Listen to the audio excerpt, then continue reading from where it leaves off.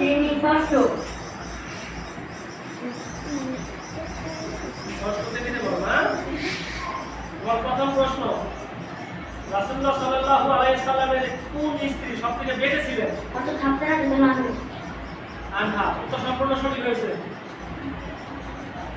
হযরত হাফসা রাদিয়াল্লাহু তাআলা আনহা থেকে বর্ণিত হাদিসের সংখ্যা কত? 8টি। সম্পূর্ণ সঠিক উত্তর। হযরত হালিমা সাদিয়ার স্বামীর নাম কি ছিল? তিনি মুসলমান হয়েছিলেন কিনা?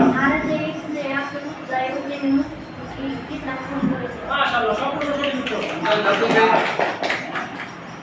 হযরত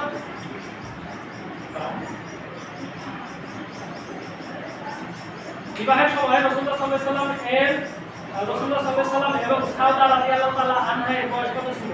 বিবাহের সময় রাসূলুল্লাহ সাল্লাল্লাহু আলাইহি সাল্লাম এবং সাউদা রাদিয়াল্লাহু তাআলা আনহা বিয়ের সময় তাদের বয়স কত ছিল? আবার চিন্তা করুন। বিবাহের সময় রাসূলুল্লাহ সাল্লাল্লাহু আলাইহি সাল্লাম এবং সাউদা রাদিয়াল্লাহু তাআলা আনহা এর বয়স কত ছিল? হযরত আয়েশা রাদিয়াল্লাহু তাআলা আনহা এর জানাজা কে পড়ান এবং কোথায় দাফন করানো হয়?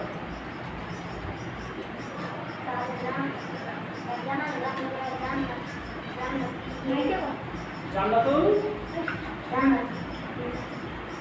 বলো বাকিতে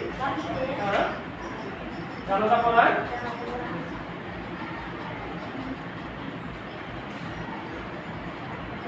আবু হুরায়রা। হযরত আবু হুরায়রা। উত্তর আংশিক হয়েছে। আর কয়টা আছে? একটা।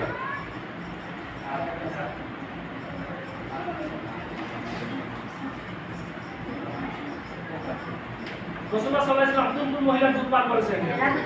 তিনজন মহিলা প্রথমে সম্মানিত এবং তারপর আবু আইয়ুব তাফসীর সোহেবার এবং সর্বশেষে হালিমা রাদিয়াল্লাহু আনহা।